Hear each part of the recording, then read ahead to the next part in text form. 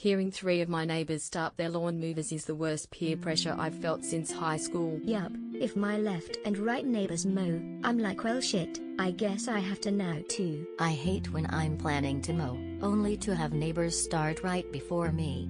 Then I have no choice but to reschedule. Can't let them think they influenced me like that.